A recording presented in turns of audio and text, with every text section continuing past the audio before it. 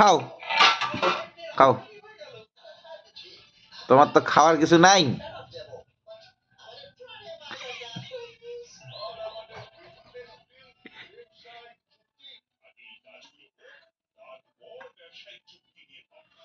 আমার মেয়ের খেলার জায়গা। হ্যাঁ,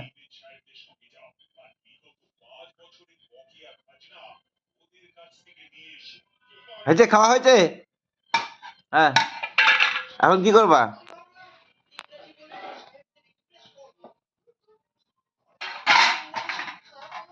খাওয়া দাওয়া হয়ে গেছে? আচ্ছা, ওটা কি রান্নাঘর? ও এখন ঘুমাচ্ছে। ঘুমানোর জায়গা।